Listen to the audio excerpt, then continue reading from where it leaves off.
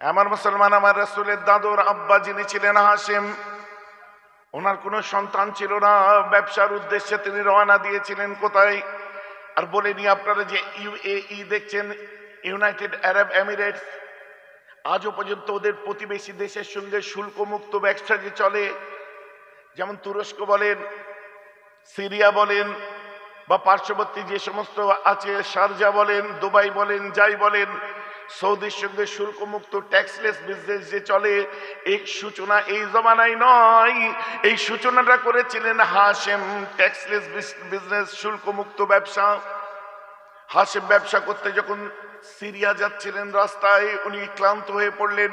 ইয়াসরেব বলে একটা জায়গায় গেলেন। ওই ইয়াসরেবেতে যে তিনি কিছুদিন কর্মবিরতি নিলেন। তার মধ্যে ওখানে বানু নাজ্জার খানদানের একটি মেয়ে, নাম হচ্ছে সালমা বিনতে উমর, ওনার সঙ্গে বিয়ে হয়েছিল হাশেমের। সেই পক্ষে একটা সন্তান হয়েছিল, ছেলেটির নাম হলো শাইবা।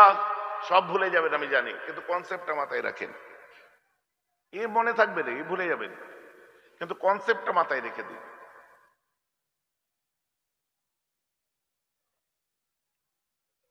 তো উনি জি ইয়াসরেবে বিয়ে করলেন। ইয়াসরেবের বর্তমান নাম হলো মদিনাতুর রাসূল, যেটাকে আমরা মদিনা মুনাওয়ারা বলি। ওই মেরাজের রাত্রে আমার রাসূল নেমেছিলেন। মেরাজের রাত্রে ইয়াসরেবে নামলেন। উপর থেকে উড়ে যাওয়ার সময় নিচে একটা শহর দেখতে, একটা পাহাড় দেখতে পেয়েছিলেন। জিবরাইল নামিয়েছিলেন, আমার নবী ওখানে নামলেন। নামার পরে 2 রাকাত নামাজ পড়েছিলেন। জিবরাইলকে জিজ্ঞাসা করলেন জায়গাটার নাম কি? বলছে ইয়াসরেব। পরে আমার রাসূলের জবানে ওই জায়গাটার নামই হলো ইয়াসরেব, মানে বেমারির জ্বর ছিল, যত অসুখ সব মদিনায় হতো। সেখানে সাহাবা ইকরামরা নবীর জবানায় যখন অসুস্থ হয়ে গেলেন, আমার নবী দোয়া চাইলেন, আল্লাহুম্মা হাব্বিব ইলাইনাল মাক্কাতা কামা মাদিনাতা কামা হাব্বাবতা ইলাইকাল মক্কা। আল্লাহ, আপনি যেমন মক্কাকে পছন্দ করে নিয়েছেন, মদিনাকেও পছন্দ করে দিন। আমার সাহাবারা অসুস্থ হয়ে পড়ছে, মদিনা বড় কঠিন রোগের জায়গা, সেই থেকে আমার আল্লাহ মদিনাকে রোগমুক্ত মদিনাতুল মুনাওয়ারা করে দিলেন। বলুন সুবহানাল্লাহ। ইয়াসরিব থেকে মদিনা। তো ওখানে বিয়ে শাদী করলেন, করার পর একটা সন্তান হলো। এরপরে উনি সিরিয়া চলে গেলেন। যাওয়ার পথে ওনার সিরিয়ায় যাওয়ার পথে ইন্তেকাল করলেন, মানে মারা গেল। কে? হাশেম মারা গেল। হাশেমের ছেলের নাম কি? Abdul Muttalib. কোন অসুবিধা হচ্ছে নাকি? নবী দিবস করি না একটু? কে কথা বলছে এত? হ্যাঁ, কথা বলছি একটু। তো যখন হাশেম মারা গেল, এখন হাশেমের তো মক্কায় কোনো সন্তান নেই, কিন্তু মদিনায় একটা সন্তান আছে। আর তখন তো কোনো রকম মিডিয়া ছিল না, কিছু ছিল না, কেউ জানতো না ওনার একটা ছেলে আছে। যখন কৈশোরে পৌঁছালো, সেই ছেলেটার নাম সাইবা। বলেছিলাম না, এই সাইবা যখন কৈশোরে পৌঁছালো, যখন একটু বড় মতো হয়েছে, ডাঙর মতো হয়েছে, ওই সময়তে মক্কায় খবর এলো হাশেমের আর একটা স্ত্রী আছে। কোথায়? ওই স্ত্রীটা মদিনায় আছে, ইয়াসরেবে আছে, মানে যার তখনকার নাম ইয়াসরেব। আর সেই ছেলেটা মোটামুটি বড় হয়েছে। অতএব কাবা ঘরের মুতুল্লি, কাবা, ওর যা রাজত্ব, ওর যা সম্পত্তি, ওর যে বিশাল ব্যাপার, ওর হাতদার পেয়ে গেছি বলে তখন এই ভাইটাকে মুতালিব, যে 2 ভাই একসঙ্গে ছিলেন, হাশেম আর মুতালিব, আর এক ভাই একটু বাঁকা ছিল, আব্দে শামস, এই মুতালিব তখন চলে গেল ভাবির কাছে। ভাবি যান, বলুন আপনার ছেলে আছে তো একটা? বলে হ্যাঁ, আমার স্বামীর শেষ নিশানি, আমার স্বামীর ছেলে। বলছে আপনার স্বামীর নাম কি? বলছে হাশেম। আপনার স্বামী কি অনেক পয়সাওয়ালা? বলে হ্যাঁ, ব্যবসা বাণিজ্য করতো। বলছে আপনার কি জ্ঞান আছে উনি কে ছিলেন? বলে কেন, আপনাকে পরিচয় দেয়নি? বলছে না, আমায় পরিচয় দেয়নি, উনি ব্যবসা করেন, এতটুকু বলেছিলেন। আপনি কি বলছেন? ও আল্লাহর কাবার মুতুল্লি, আপনি কি বলছেন?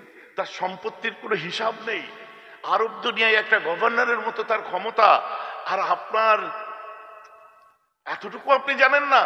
বুঝে ছেলেটা আমাদেরকে দিন। বলে না, আমি দেব না। বলছে আপনার ছেলে যদি দেন তো আল্লাহর কাবা ঘরের মুতুল্লি হবে, উনি একমাত্র ওর এরেস, উনি একমাত্র এই সম্পত্তির হকদার। বলছে বলেন কি? বলে হ্যাঁ। তখন মুতালিব ভাইপোকে নিয়ে আসলো, সাইবাকে নিয়ে আসলো। যখন মক্কায় ঢুকছে, সবাই বলছে এত সুন্দর ছেলেটা কি? সাইবা মানে সাদা ফর্সা। বলছে এত সুন্দর ছেলেটা কি? তখন মক্কাবাসীরা সব বলল আব্দুল মুত্তালিব। আব্দুল মানে হলো গোলাম, মুত্তালিব মানে মুত্তালিবের গোলাম, মুত্তালিবের গোলাম। আসল নাম হচ্ছে সাইবা। সে থেকে হয়ে গেল, তখন আরবে গোলাম কিনে আনতো বাইরে বাইরে থেকে, কৃতদাস।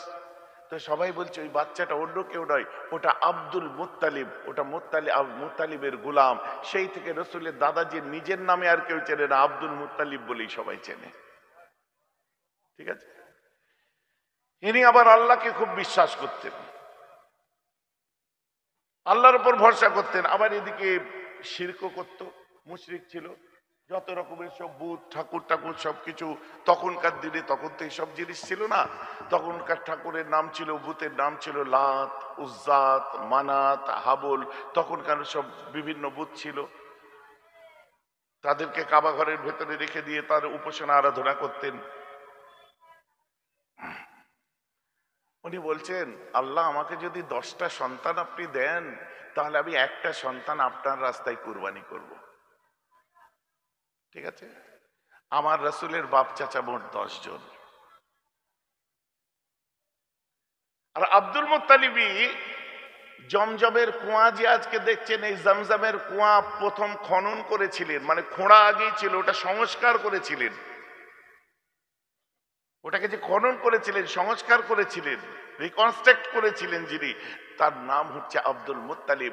ওই জমজমের কুয়া খুঁড়তে গিয়ে ওখান থেকে সোনার হরিণ পেয়েছিল মূর্তি, কাবাঘরে সাজিয়ে রেখেছিলেন। সোনার তলোয়ার পেয়েছিল, কাবাঘরে ছড়িয়ে আপনার কাবাঘরের ভিতরে রেখে দিয়েছিলেন সাজিয়ে। তো উনি তো বিক্রি করতে পারতেন না। আব্দুল মুত্তালিব এত ধনী ছিলেন যে ওসব ওই সোনার মূর্তি, সোনার মানে তলোয়ার, ওনার কাছে এটা চুটকির ব্যাপার। 10টা সন্তান জন্ম নিয়েছিল। উনি বলেছিলেন, আল্লাহ আমার 10টা ছেলে দিলে একটা আপনার নামে কুরবানি করব, জব করব। 10টা ছেলের নাম কাগজে লিখে ফেলেছে, নাম উঠবি ওট। আমার রাসূলের আব্বা হযরত আব্দুল্লাহর নাম উঠেছে। যা, আমার আদরের ছেলে, সব থেকে নাজুক ছেলে, আমার প্যারের লাডলা আব্দুল্লাহর নামে উঠবি। আর আমার রাসূলের আব্বারা মায়ের পেটে 3 ভাই ছিলেন। একটা হচ্ছে আমার নবীজির নিজের চাচা ছিলেন আমির হামজা, আর একটা হচ্ছে হযরত আলীর আব্বা ছিলেন আবু তালিব, আর আমার রাসূলের আব্বা আব্দুল্লাহ। বোঝা যাচ্ছে? এটা হচ্ছে এক মায়ের পেটে, বাকি অন্য স্ত্রীদের মিলিয়ে 10টা সন্তান। তো আব্দুল মুত্তালিব ওই সময় আবু তালিবকে ডাকলেন, ছেলেকে ডেকে বলছে, হযরত আলীর আব্বাকে ডাকলেন, ডেকে বলছে, দেখো এরকম আব্দুল্লাহর নাম উঠেছে, কি করা যাবে? ওখানে জবাই করতে হবে। বলছে, শোনেন, যত ধর্মবিজ্ঞানী আছে, যত মুফতি আছে, যত আপনার স্কলার লয়ার আছে, আমরা তাকে ডাকি। উলামারা আসলো, তাওরাত ইনজিলের উলামারা এসে ফাইসালা করে দিল, শুনুন, আপনি আপনার ওই আব্দুল্লাহর নাম রাখুন, আর পাশে 10টা উটের নাম রাখুন। আব্দুল্লাহর নাম উঠলে 10টা উটের জায়গায় 20টা উট করবেন। আবার আব্দুল্লাহর নাম উঠলে উট বাড়াতে থাকবেন, কিন্তু যতক্ষণ না আব্দুল্লাহর নাম ওঠা বন্ধ হবে, উট বাড়াতে থাকবেন। তো আব্দুল্লাহর নাম 10টা উট আব্দুল্লাহ, আব্দুল্লাহর নাম 20টা 20টা উট আব্দুল্লাহ, আব্দুল্লাহর নাম 30টা উট আব্দুল্লাহ। এইভাবে আব্দুল্লাহর নাম 100টা উট, এখন উঠেছে উট। তো এই একটা ছেলের জন্য 100খানা উট কুরবানি দিয়েছিলেন। গরিব হলে পারতেন? ভাইজান আমার কথা বুঝতে পারছেন? কত বড় পরিবারের মানুষ ছিলেন। আমার মুসলমান আব্দুল্লাহ যখন বড় হতে আরম্ভ করলেন, বয়স হলো 25 বছর। খাজা আব্দুল্লাহ যখন 25 বছর বয়সে পৌঁছেছেন, সম্ভ্রান্ত পরিবারের একটি মেয়েকে পছন্দ করেছিলেন। কে?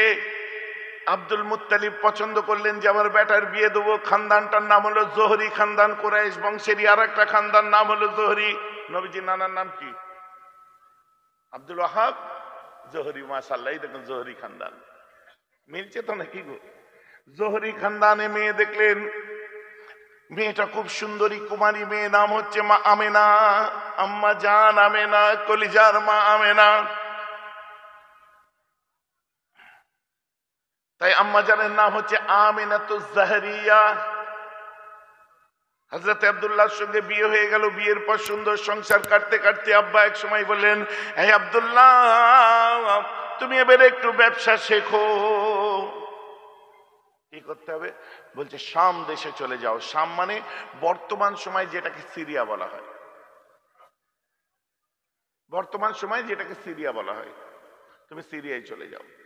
আমার রাসূল তানার আব্বাজান আব্দুল্লাহ উনি সিরিয়ার পথে রওনা দিলেন।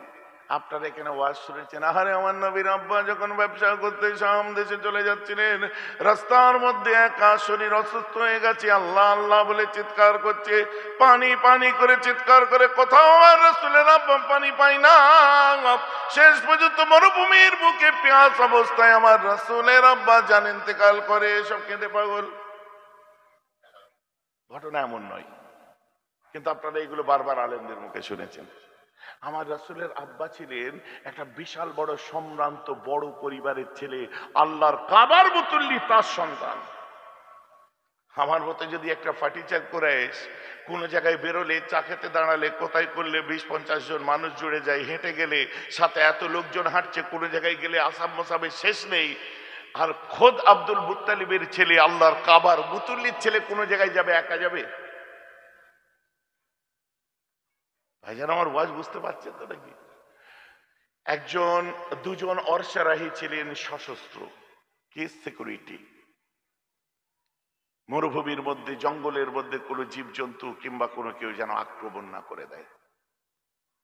একটা উট ছিল, সেই উটের পিঠে খাদ্য সরঞ্জাম সব লুট করা ছিল, সাথে মাল বয়ে নিয়ে যাওয়ার জন্য আরো অনেক উট ছিল। একজন মহিলা ছিল সাথে, সে আপনার রান্না বাড়া করার দায়িত্বের জন্য, এবং সাথে বহু মানুষ শুধু ওনার পিছনে, ওনার গার্ড এবং ওনার রক্ষণাবেক্ষণ খেয়াল রাখার জন্য 5 জন, কোন রেওয়ায়াতে বলছে 7 জন, খতিব বাগদাদি বলছে 7 জন ব্যক্তি নিযুক্ত করা ছিল, রাইট লেফট। জোরে বলেন না সুবহানাল্লাহ। এখন ইনি গরিব ছিলেন না ধনী ছিলেন? এখন পর্যন্ত কি মনে হচ্ছে? আপনারা সত্যি কথা বলেন।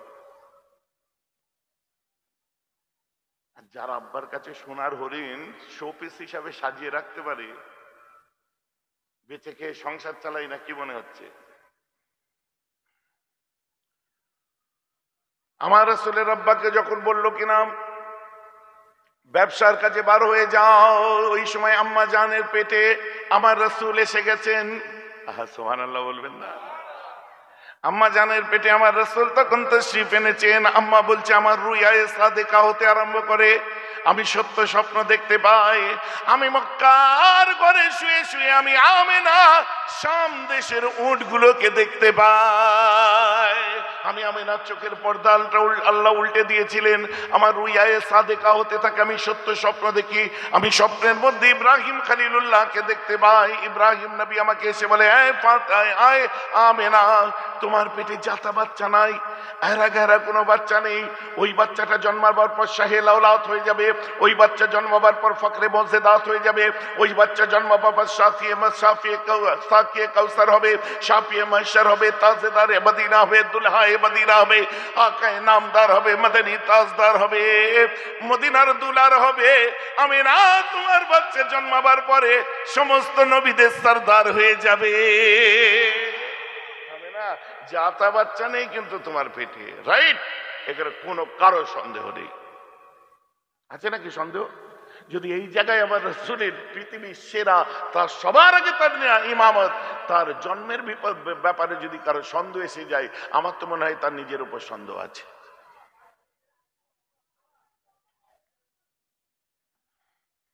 রাসূলের আব্বা রওনা দিলেন। আর রাসূলের আব্বার নানার বাড়ি কোথায়? ইয়াসরিব, মদিনা। তখন ইয়াসরিব আছে। মদিনার কাছাকাছি গিয়ে রাসূলের আব্বা অসুস্থ বোধ করলেন।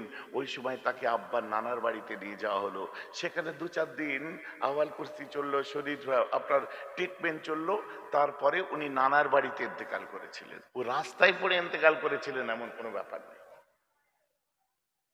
খবর আসলো মক্কায়, খবর আসলো মক্কায়, কেঁদে যারে যার সব। আম্মা আমেনা কাঁদছেন পেটে হাত দিয়ে, আমার বাচ্চা মোহাম্মদ, সব কাঁদছে। আমার বাচ্চা জন্মাবার আগে এতিম হয়ে গেছে, দুনিয়া চোখে দেখার আগে এতিম হয়ে গেছে।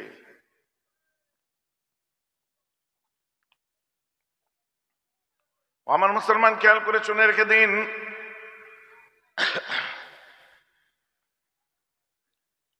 আল্লাহ রাসূল যখন জন্ম নিয়েছিলেন পৃথিবীর বুকে বহু আশ্চর্য ঘটনা ঘটে। আম্মা আমিনার দিন পার হতে থাকে, দিন পার হতে থাকে, দিন পার হতে হতে এক সময় 12 রবিউল আউয়াল প্রসিদ্ধ এবং বিশুদ্ধ মত, 8 রবিউল আউয়াল প্রসিদ্ধ এবং বিশুদ্ধ আপনার মত, হোয়াট এভার 7টা মত এসেছে, যার মধ্যে দুটোর উপরে সব মুত্তাফিক হয়েছে। 12ই হোক আর 8ই হোক, দুটোই বিশুদ্ধ মত আছে। আমার রাসূলের মিলাদের দিন আমরা যে কোনো দিন করতে পারি, বলেন না সুবহানাল্লাহ। মিলাদুন নবী যে কোনো দিন করতে পারি, নবী দিবস যে কোনো দিন করি আমরা। কি আজকে আমার নবীর জন্মের দিন করছি? তো আমার রাসূল এসেছে, এটাই বড় ব্যাপার। 8 তারিখ না 12 তারিখ, ওটা নিয়ে অত কনফিউশনের দরকার নেই। ওলামাদের মত, বিশুদ্ধ এবং প্রসিদ্ধ মত যেটা, সেটা হচ্ছে 12ই রবিউল আউয়াল, মানে 11 দিন গত রাত্রে সোমবার ছিল, সুবে সাদেকের সময় হাজার জালালের সাথে আমার নবী দুনিয়ার বুকে তাশরীফ এনেছিলেন ভোরের একটু, মানে ফজরের একটু আগে। আমার রাসূল যখন দুনিয়ায় তাশরীফ আনেন, ওই সময় আল্লাহ কিছু আজব জিনিস দেখিয়েছিলেন। ভাইজান সেগুলো কি? আমি সব বাদালায়েল আলোচনা করব। আমার রাসূলের দাদুজি আব্দুল মুত্তালিব তখন কাবা ঘরের ভেতরে ছিলেন। হঠাৎ দেখলেন কিনা কাবা ঘরের ভেতরের মূর্তিগুলো পা থেকে ভেঙে ভেঙে সিজদায় পড়ে যাচ্ছে। ভয় পেয়ে গেছে। কাবা থেকে বার হয়ে এসে সাফা মারওয়া পাহাড়ের দিকে তাকিয়ে দেখে দুটো পাহাড় থরথর করে কাঁপছে। ভূমিকম্প হচ্ছে না কিরে বাবা? সাফা মারওয়া, আপনারা উমরা বা হজ করেছেন তো? সাফা মারওয়া সাই করেছেন? আলহামদুলিল্লাহ। যারা করেননি খুব তাড়াতাড়ি আল্লাহ সুযোগ করে দিক, বলুন আল্লাহুম্মা আমিন। বেশি টাকা লাগবে না, যে টাকাটা লাগবে ওটা আপনার কাছে জমানো 1-2 মাস 3 মাসে ইনশাল্লাহ হয়ে যাবে। খালি পুক্ত নিয়তের প্রয়োজন। মক্কা মদিনা যাওয়ার জন্য পয়সাটা বড় ব্যাপার নয়। কারণ এমনও মানুষ আমি দেখেছি, দেখে আমি অবাক হয়ে গেছি। এয়ারপোর্টে আমি এসেছি, আমার একটা খুব প্রিয়জন ছিল, মারা গেছে, কম বয়সে চলে গেছে, রাজু ভাই, আশরাফ আলী নাম, স্যাপ জুয়েলার্সের মালিক, আপনারা জানেন, খুব নাম করা। তো হঠাৎ ওর গাড়িটা এসে দাঁড়ালো, এসেই দাদা বলে আমাকে জড়িয়ে ধরলো। কি গো তুমি এখানে? ও আবার একটু পাগল টাইপের ছিল, বুঝলেন। ওর খালি নেশা ছিল হজে যাবে, তাকে গাড়ি করে পৌঁছাবে। কেউ উমরা করতে পারছে না, উমরাই পাঠাবে। কেউ হজ করতে পারছে না, হজে পাঠাবে। পয়সার অভাব নেই তো। তো এই দিকে মাথা মারত খুব। এখনো তার ছোট ভাই ফিরোজ ভাই আছে, আমাদের বড় ভাই কালু ভাই আছে, তারাও মাশাআল্লাহ আলহামদুলিল্লাহ এইসব খেদমত গুলো করে, খুবই মহব্বতের মানুষ। তোর গাড়ি থেকে একজন বেরিয়েছে, কুরবানির সময় বিভিন্ন জায়গায় আমি তাকে দেখেছি, যে ব্যাগ নিয়ে যায় না। চাচা তুমি কি করতে এসছো? বলছে বাপজি আমিই তো যাচ্ছি। আমি জুতোটা খুলে আমার মাথায় মারো। ও ভাব কেন বলছে না? হচ্ছে আমি এখনো যেতে পারলাম না, তুমি চলে যাচ্ছ। বলছে এটা নিয়ে আমার দুবার, আমি দুটো জুতো খুলে মাথায় মারা। আমি আপনাদের দেখিয়ে দেবো কোটি কোটি টাকার মালিক, অনেক ধনী মানুষ, পয়সার অভাব নেই, এখন পর্যন্ত মক্কা মদিনা চোখেই দেখেন। তাই কিতাবের মধ্যে এসছে দুটো জিনিস মানুষের নসিবে হয় না, একটা হচ্ছে সময় মতো তওবা, আর একটা হচ্ছে হজ। বুঝতে পারছেন না? ওই জন্য সময় থাকতে হজ করে নাও, যদি না পারো তো বেড়াতে এদিক ওদিক না যেয়ে উমরা করে এসো। আজকে এখানে বসে নিয়ত করে দিন, ভাইজান পুক্ত নিয়ত করছি, এবারে টাকা জমলে কোথাও নয়, সামনে বছর ইনশাল্লাহ উমরায় চলে যাব। নিয়ত করে দিন, আল্লাহ ইনশাল্লাহ পূর্ণ করে দেবে। পুক্ত নিয়ত করতে হবে, ওই ঠেলাঠেলি নিয়ত করলে হবে না। একবার উমরা করে আসবেন, আসার পরে দেখবেন আপনার জিন্দগির রওয়াইয়া চেঞ্জ হয়ে যাবে, পুরো লাইফটা চেঞ্জ হয়ে যাবে, জীবনটা অন্যরকম ভাবে গড়ে ফেলতে পারবেন। আর তখন পয়সা নেবে কি? আপনি একটা হাজি সাহেবকে গরিব দেখাতে পারবেন? একটা হাজি দেখিয়ে দেন গরিব, যদি তার কাছে পয়সা নাও থাকে তো তার কোনোদিন বড় কাজ করতে গেলে পয়সার জন্য কারোর কাছে হাত পাততে হয় না, সময় মতো আল্লাহ ঠিক দিয়ে দিয়েছে। ঘটনা কিনা আপনি মিলিয়ে নেন আপনার এলাকায়। বাকি অনেক হাজি আছে, রাগ করবেন না, মক্কায় গিয়ে ধাক্কা খেয়ে ফিরে এসেছে, ওদের কথা বলছি না। এমন মানুষের সমাজে আছে, আপনার এখানে নেই, কোনো না কোনো জায়গায় আছে।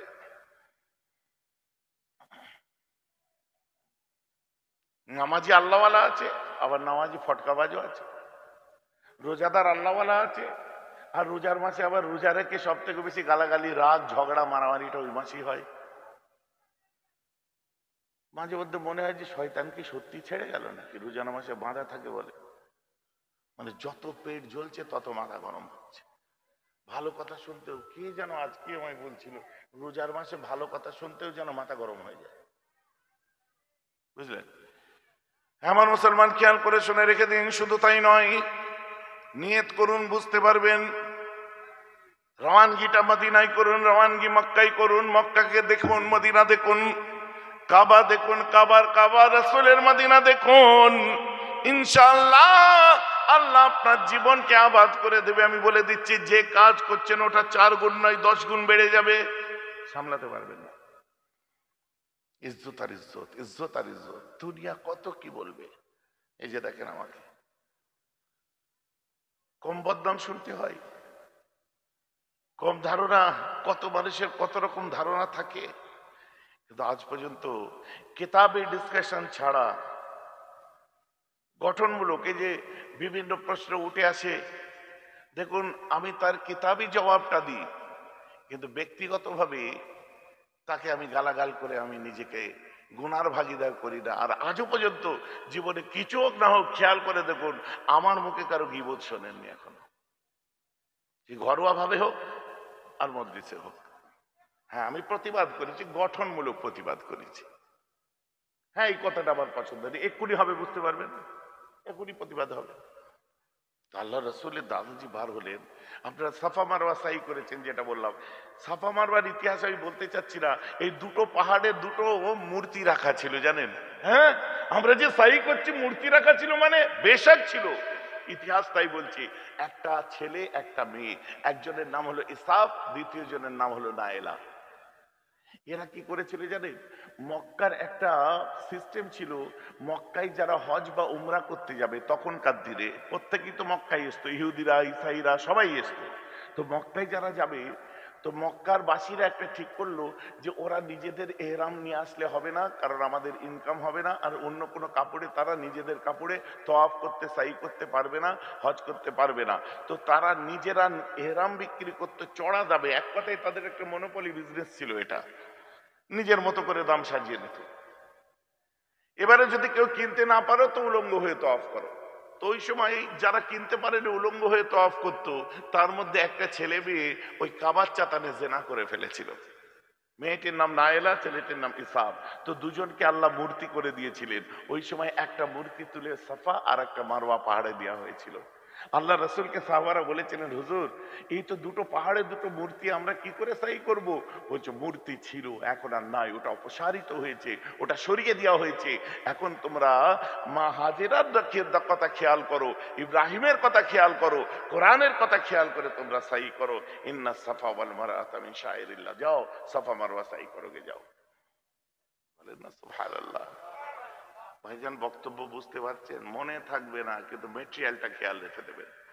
যেগুলো কত পুক্ত ব্যাপার। ইসলাম কোনো কল্পনা প্রসূত ব্যাপার নয়, রসুলের আশা কোনো কল্পনা প্রসূত ব্যাপার নয়।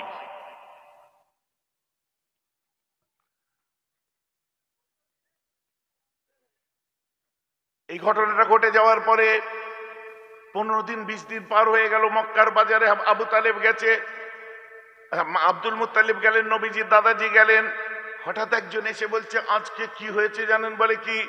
ইরান থেকে খবর এসেছে, ইরানের 3164 বছর ধরে যে অগ্নিকুণ্ড জ্বলছিল, অগ্নি পূজারীরা প্রতিদিন আগুন জ্বালাতো, ওই 3164 বছরে একটানা যে আগুনটা জ্বলছিল, গত কিছুদিন আগে, দিন 15 আগে আগুনটা ধাপ করে বন্ধ হয়ে যায়, আর কেউ জ্বালাতে পারেনি। বলো কি? হ্যাঁ। আরেকজন এসে বলছে, ভাই আর একটা খবর এসেছে জানো? বলে কি খবর? যে খবরটা ঠিক এইরকম, রোম সম্রাট, নাম শুনেছেন না? রোম সম্রাটের অট্টালিকা, কাইসারের রোম, রোম সম্রাটের অট্টালিকা 14টা পাথর ভেঙে পড়েছে। কথা বুঝতে? মহা মুশকিল কাণ্ড। রোম কোথায়, মক্কা আর আরব কোথায়, মক্কা কোথায়? একটু ইসলামকে বুঝতে গেলে, ইসলামের ইতিহাস বুঝতে গেলে একটু ভৌগোলিক দিক থেকে আপনাকে দেখতে হবে। আরব, আরবের উত্তরে সিরিয়া, সিরিয়ার উত্তরে হচ্ছে আপনার তুরস্ক, তুরস্কর পরে একটা নদী পড়ছে ওয়াকশাস নদী, তার মধ্যে আছে বাষ্পরাস প্রণালী, তারপরে যাবেন বাইজেন্টাইন রোম, যেটাকে ইসলামিক ভাষায় বলা হয় কনস্টান্টিনোপল বা কুস্তুনতুনিয়া। এটা হচ্ছে রোমের পূর্ব প্রান্ত। কথা বুঝতে পারছি না? ওটা রোমের পূর্ব প্রান্ত, বাইজেন্টাইন যাকে বলা হয়। তো কোথায় আরব, কোথায় মক্কা, আর কোথায় রোম?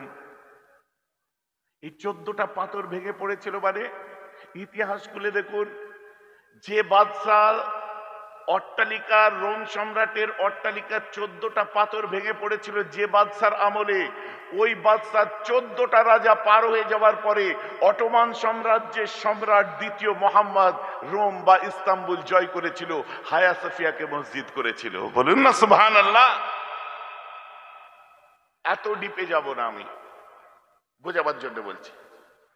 হঠাৎ করে আবার একটা খবর আসলো, কি জিনেদের মধ্যে আলোচনা হচ্ছে, বলে কি বলছে, আগে আমরা আকাশে উঠতাম, আল্লাহর ফেরেশতাদের মধ্যে যে কথা হতো আমরা লুকিয়ে চুরি করে করে শুনতাম। ভাইজান কোথায় পাবেন? আল্লাহর কোরআন খুলুন, সূরাতুল জিন খুলে দেখুন। বিসমিল্লাহির রহমানির রহিম। وأنا كنا نقعد منها مقاعد للسمع فمن يستمع الآن يجد له شهابا رصدا। কোরআন তো وأنا كنا نقعد منها مقاعد للسمع فمن يستمع الآن يجد له شهابا رصدا। যে আমরা যে আগে চুপি চুপি বসতাম, আল্লাহর ফেরেশতাদের কথা শুনতাম, এখন যখন আসমানে আমরা শুনতে যাই, আমাদের আকাশ থেকে স্কার্ট বা অগ্নিকুণ্ড আগুন ছুঁড়ে মারা হয়, ওতে কোনো জিন পঙ্গু হয়ে যায়, আবার কোনো জিন ওতে মারাও যায়। এটা কেন হলো ভাই? সব কিছু মিলিয়ে দেখা যাচ্ছে কোন দিন থেকে স্টার্ট হয়েছে, সবাইয়ের হিসাব এক জায়গায় যে দাঁড়ালো, দিনটা ছিল 12ই রবিউল আউয়াল, সোমবার ভোরের দিক থেকে এইগুলো সব আরম্ভ হয়েছে। আর ওই দিনে তুই নবী এসেছে। বলুন না সুবহানাল্লাহ। ভাইজান আমার কথা খারাপ লাগছে নাকি শুনতে? এগুলো একটা মানে আল্লাহর কোরআন, সত্যি জিনেরা কোরআন পাক শুনুন। আমার রাসূল দুনিয়ায় তাশরীফ আনলেন। এখন আপনাদেরকে আমি একটা প্রশ্ন করব, আপনারা উত্তর দেবেন যে এত কিছু শোনার পরে আমার রাসূলকে কি মনে হলো গরিবের ছেলে ছিলেন? গরিবের ছেলে ছিল মনে হলো? যদি বলেন গরিবের ছেলে ছিল, তাহলে ইতিহাসকে আবার পাল্টে গরিব প্রমাণ করতে হবে আপনাকে। সেই ইতিহাসটা লিখবে কে? সেই ইতিহাসের রচয়িতা কে? আপনারা শুনতে পাচ্ছেন আলেম ওলামা মাওলানা বলি সাহেবরা বক্তব্য দিয়ে দিচ্ছে এসে কি আল্লাহ রসুল মোহাম্মদ সাল্লাল্লাহু আলাইহি ওয়াসাল্লাম ছিলেন গরিবের ছেলে নয়, মাটো গ্রাম্য ভাষায় বলা হচ্ছে ভিখারির, শুনেছেন না, ভিখারির বাচ্চা ছিল। বলুন নাউজুবিল্লাহ। আমি কন্ডেম করি এইসব কথা, আমি নিন্দা করি, কারণ আমার রসুলের ক্ষেত্রে এই মাটো ভাষা ব্যবহার করা চলে না। কারণ আমার আল্লাহ কোরআনের মধ্যে আমার রসুলকে সম্মান দেওয়ার জন্য কত ভাষা লিখেছে তার কোনো ঠিক নেই। আমার রসুল সম্পর্কে তাহলে কিসের জন্য আমরা নূপুর শর্মার বিরোধিতা করছি? কিসের জন্য ওই আপনার নাম বলে ফেললাম, ছিচি, ওই বেশরম শর্মা ওর নাম নেই না, ওর বিরোধিতা করছি? কিসের জন্য ওই অসভ্য মেয়ে বাংলাদেশ থেকে এসেছিল তার বিরোধিতা করেছি? কিসের জন্য ওই যে কদিন আগে বার হলো ভাম, কি একটা ভামগিরি না কি নাম, তাদের বিরোধিতা করলাম? কিসের জন্য? কিসের জন্য আপনার ওই যে দাদার বিরোধিতা করলাম, মারবো এখানে, লাশ পড়বে শ্মশানে? বুঝতে পারছেন না কি দরকার ছিল? আজকে যদি আমার ঘরের মানুষরাই যদি এই সমস্ত কথাবার্তা বলে, তুমি মাথায় রাখবে পেশাদারিত্বের জায়গা থেকে আর পেটের জ্বালাই নয়, রাসূলের মর্ম তারাই বুঝবে যারা নিজের সম্মানটা বুঝবে। নিজেকে যে জায়গায় যে লেভেলে রাখবে সেই লেভেলে তুমি রসুলকে বিচার করতে গেলে তোমার মুখ দিয়ে বেফাঁস কথা বার হবেই, কারণ নবীর সওয়াল। তাই আমি এর প্রতিবাদ করলাম, এটা কারো ব্যক্তিগত নিন্দা করা নয়।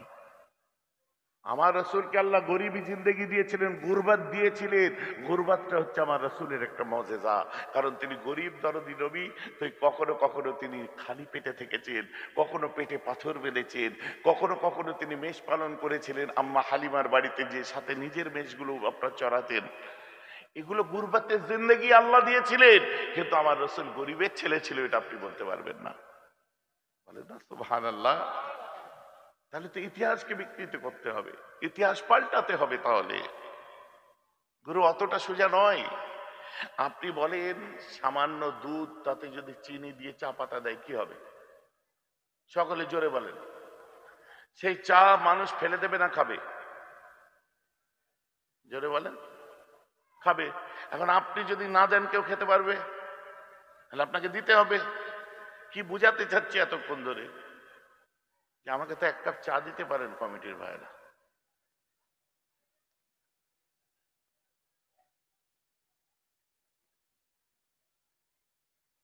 ভাইজি আমার কথা বুঝতে পারলেন?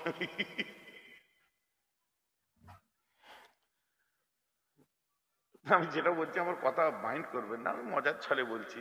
তো আমি ব্যক্তিগতভাবে কারোর উপর চড়াও হই নাই, তো আমি প্রতিবাদ করলাম। এটা তো গীবত না, এটা রাসূলের শানকে বলেছি। আর আমার রাসূলের শানে ভুলভাল কথাবার্তা যারা বলবে সর্বনাশ ডেকে আনা ছাড়া অন্য কিছু নয়। বুঝতে পেরেছে? ঠিক বাবা ছিল, তাঁতি খাচ্ছিল, তাঁত বনে কাল করলো একটা গরু কিনে। ওসব দিয়ে আলোচনা করতে যাব কেন? শোনেন মজার কথা শোনেন।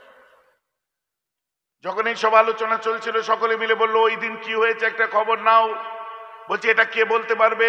বলছে চলো ইয়ামান বলে একটা ইয়ামানে চলো। ইয়ামান বলে একটা দেশ আছে, ইয়ামানে চলো। ওখানে একজন গণৎকার আছে, গণনা করে বলতে পারে কি হয়েছে। এগুলো সব ইসলামের ইতিহাস। তো সবাই মিলে গণনা করতে চলে গেল ইয়ামানে যাওয়ার পরে একটা বিখ্যাত গণৎকার বলছে, তার নাম হচ্ছে সতী সিন তোই ইয়া হে সতী। ওর কাছে যেতে হবে। সতীর কাছে যে দেখা যাচ্ছে সে মানুষ না একটা ব্লাডার। ইসলে সবের সময় যে অনেক ফকির যায় দেখেন না, যে একটু একটু হাত, একটু একটু পা, গোটা শরীরটা মানে আল্লাহর সৃষ্টি আলহামদুলিল্লাহ, জাল মাথাটা যেন শরীরের উপর বসানো আছে মনে হচ্ছে। দেখেন এইরকম একটা মানুষ পুরো ব্লাডারের মতো পড়ে আছে, না গর্দান আছে না কিছু আছে, এরকম মাথা থেকে কোমর সব সমান। এই যে বলছি আল্লাহ কি করে কথা বলবে? বলছি কথা বলে না। তাহলে বলছে ওকে খোঁচা মারতে হবে, কিরিকিরি দিতে হবে, রাগাতে হবে, চাঁটা মারতে হবে, তখন রেগে লাল হয়ে ফুলে যাবে, তখন ও কথা বলবে। যথারীতি ওকে খোঁচা মারছে, কে কিরিকিরি দিচ্ছে, ওকে চাগিয়ে তুলেছে, দেওয়ার পর রেগে দিয়ে বলছে জ্বালাচ্ছিস কেন, কি হয়েছে বল। বলছে আমাদের ওইখানে এই দিনেতে এমন এমন ঘটনা ঘটেছে, কি হয়েছে বলো। বলছি যে দেখবে যা পয়গম্বর এসেছে। গণৎকার বলেছে বলে নয়, কথাটা ভালো লেগেছে বলে বলুন সুবহানাল্লাহ। কারণ আমরা গণৎকারদের কাছে যাই না। পরিষ্কার, গণৎকার বলেছে বলে নয়, পয়গম্বরের কথা বলেছে, শুনতে ভালো লেগেছে, সবাই বলুন সুবহানাল্লাহ। এসে যখন আলোচনা করছি, তওরাত ইনজিলের একজন আলেম, আহলে কিতাব, একজন ইহুদি বা খ্রিস্টান আলেম এই কথাটা শোনার পরে মক্কার ঘরে ঘরে ছান মারছে। হ্যাঁ গো, তোমাদের বাড়িতে কোনো বাচ্চা হয়েছে? তখন তার ফেসবুক নেই, হোয়াটসঅ্যাপ নেই, অত বড় এলাকা ঘুরছে। ঘুরে ঘুরে এসে আম্মা আমেনার ঘরের সামনে এসে বলছে বাড়িতে কেউ আছেন? বলে হ্যাঁ আমি আছি, আমার স্বামী নেই। বলুন কি বলছেন? বলছে আপনার কি বাচ্চা হয়েছে এই আজ থেকে 15-16 দিন আগে? বলছে হ্যাঁ বাচ্চা হয়েছে। বলছে 12 রবিউল আউয়াল ওটা ভোরের আগে ছিল? বলছে হ্যাঁ হ্যাঁ ওই টাইমেই হয়েছে। বলছে বাচ্চাটা আমাকে দিন তো। বাচ্চাটা দিয়েছি। আল্লাহ রাসূল কি এদিকে ঘুরিয়ে ওদিকে ঘুরিয়ে উল্টে পাল্টে দেখছে, আর যত দেখছে আমার নবীকে শরীরে, এই যে আপনার বাচ্চা ছেলে একটু করলে হাসে না, আমার নবী খিলখিল করে হাসছেন যেন মুখ দিয়ে গোলাপ ঝরে পড়ছে। বলুন না সুবহানাল্লাহ। এদিক ওদিক উল্টে পাল্টে দেখে বলছে হ্যাঁ গো, এই বাচ্চা কি কুরাইশ বংশেরই তো নাকি? বলছে হ্যাঁ কুরাইশদের আখেরি, আপনার কুরাইশদের বাচ্চা এটা। আচ্ছা আচ্ছা তোমার স্বামী আছে? বলছে না আমার স্বামী দুনিয়া থেকে বিদায় নিয়েছে। দুটো কথা মিলে গেল, কুরাইশদের বাচ্চা কেতাব অনুযায়ী। দ্বিতীয়টা হচ্ছে বিধবার ঘরে জন্ম নেবে। তৃতীয় নম্বর শর্তটা জিজ্ঞেস করেছে, যেটা ও তাওরাত ইনজিলে পড়েছে, কি তৃতীয় শর্ত হচ্ছে হ্যাঁ গো এই বাচ্চা বড় হওয়ার পরে কি খেজুরের দেশে হিজরত করবে? বলছে ওটা বড় হলেই বলতে পারবো, এখন পারবো না।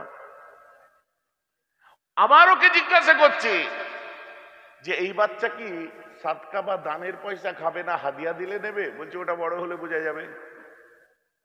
বাচ্চা ছেলে বুঝবে কি করে? তারপরে যখন পিছন ফিরিয়েছে, পিছন ফিরে দেখে পাগল হয়ে যায়, দেখে আল্লাহ রাসূলের শেষ নমুনা যেটাও পড়েছে যে আখেরি নবী হবে, তার দুই কাঁধের মধ্যে একটা মোহরে খাতমে নবুয়ত ছোট্ট একটা আঁচিল বলেন আর জরুল বলেন যাই বলেন, লাল মতো একটা বড় হয়ে সেটা কবুতরের ডিমের মতো হয়েছিল।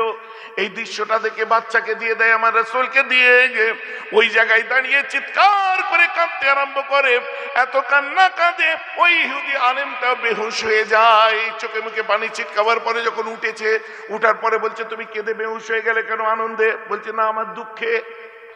যে দুঃখ কিসের? বলছে আমার ইচ্ছা ছিল, আমি ভাবতাম যে আখেরি নবী আসবে, সে হয়তো বনি ইসরাইলের মধ্যে আসবে। সরি, আমার কষ্ট এখানে যে শেষ নবীটা তামাম নবীদের সরদার হবে, ওটা আমাদের নয়, ওটা ইসমাইলিদের হয়ে গেছে। বলুন না সুবহানাল্লাহ। তো ইহুদিরাও না নামাজ পড়ে, ওরাও আপনার কি বলে রিলিজিয়াস টেস্টিমনি, তাওরাত আপনার ওরা পড়ে। ওরা দেখুন ওয়েস্টার্ন ওয়াল কোথায়? আরে বাবা, জেরুজালেম নিয়ে যে লড়াই, এই লড়াই তো মুসলমানের লড়াই বলতে পারেন আপনি। যদি বলেন কেন, ইহুদিরাও তো একসময় মুসলমান ছিল, পরে তারা যখন নবীকে অস্বীকার করেছে, দাউদকে অস্বীকার করেছে, ঈসাকে অস্বীকার করেছে, মুসাকে অস্বীকার করেছে, নিজেরা নিজেদের বইয়ের মধ্যে যখন আখেরি নবী এসে গেল, নবী আখির জামান এসে যাওয়ার পরেও তারা যখন পুরনো জায়গায় জিদ ধরে রয়ে গেল, তখন তারা ধর্মচ্যুত হলো। যারা ধর্মচ্যুত হলো তাদের আর তো মসজিদে জায়গা দেওয়া যায় না, তার জন্য তারা ওয়েস্টার্ন ওয়াল তৈরি করে নিল, যেখানে দেখবেন এখনো ধুলে ধুলে তারা প্রার্থনা করে। তো মসজিদের জায়গায় আছে। এই লড়াই তো তারা তাদের নবীকে মানেনি, নিজের পায়ে নিজে কুড়ুল মারার লড়াই। ঈসা নবীকে মেরেছে কারা? খ্রিস্টানরাই মেরেছে, যার জন্য অর্থোডক্স খ্রিস্টান হয়েছে, প্রোটেস্টাইন হয়েছে, উইটনেস হয়েছে, ক্যাথলিক হয়েছে, রোমান হয়েছে, কত খ্রিস্টান আছে। আমার কথা বুঝতে পারছেন? জুইসদের মধ্যে কত ভাগ আছে।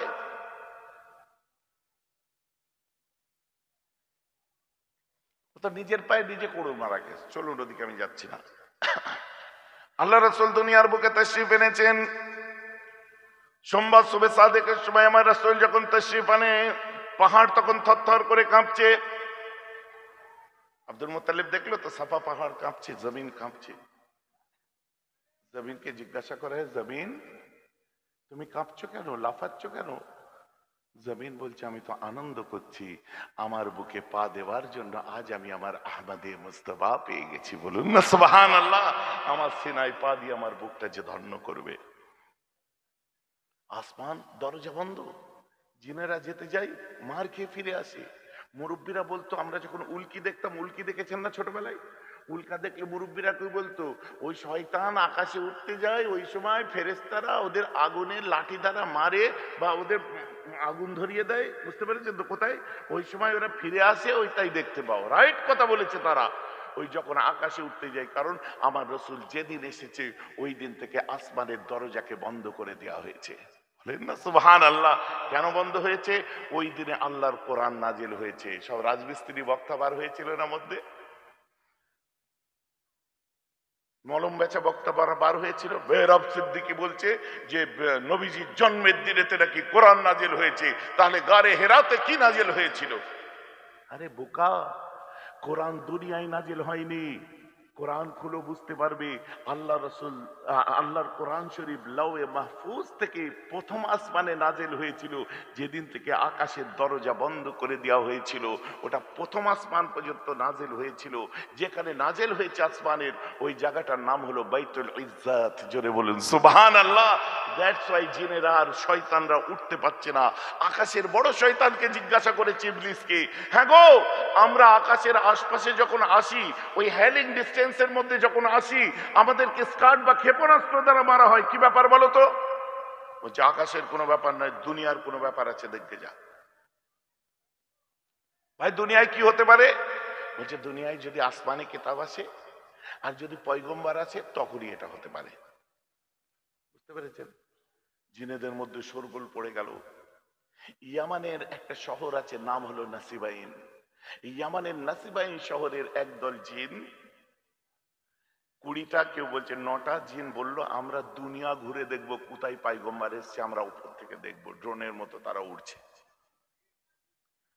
এদিকে আল্লাহ রাসূলের বয়স এগোতে এগোতে এগোতে এগোতে 40 বছর হয়ে গেল। আমার রাসূল নবুয়ত প্রাপ্তি হলেন। আমার রাসূলের কাছে জিবরাইল আসলেন, বুকে চাপ দিয়ে বললেন মুহাম্মদ পড়ো। আমার রাসূল বললেন আমি পড়বো না।